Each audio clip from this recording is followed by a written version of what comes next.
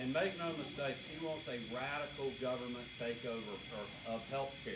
I'm investigating the Democratic Party of Georgia, not my opponent. So let's get the facts straight. We are handling this just like we do any other cybersecurity incident we get in the Secretary of State's office. When I found out about these possible cyber crimes, I immediately contacted the FBI, Homeland Security, and the Georgia Bureau of Investigation.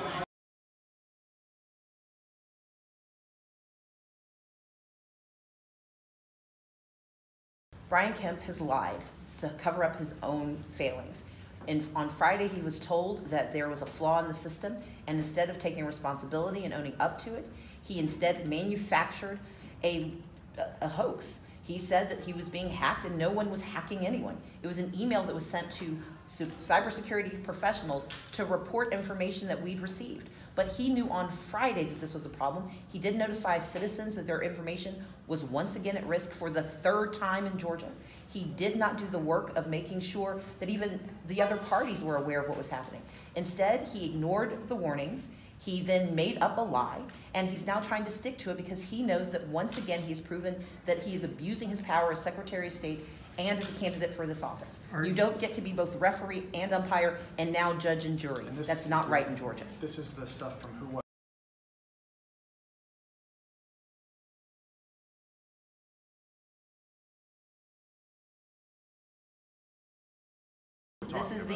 This is the flaw in the cybersecurity of our voter page.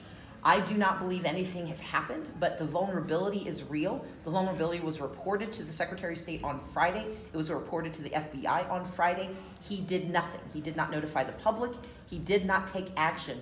Instead, what he did was wait until he got caught, and on Sunday manufactured a distraction so that he wouldn't be held accountable for his consistent failure to do his job. The Republican Secretary of State, Brian Kemp, who happens to be the Republican nominee for governor, has suggested that the Georgia Democratic Party is part of some sort of hacking attempt into the state's voter database that's used to check in voters at the polling places on Tuesday. Now, what we've found in our reporting is that actually there's a sort of cyber Samaritan, a private citizen, that discovered some holes in the state's security of this database. Basically found that it is easily hackable, or too easily hackable. This citizen raised these concerns to the Georgia Democratic Party and then separately to an attorney that deals with some of these election security issues. And that snowballed into the FBI being alerted, and all of this played out behind the scenes. And what Brian Kemp did was just come out ahead of all of this on Sunday with this accusation and announcement that he was investigating the Georgia Democratic Party. So that's sort of framed this story.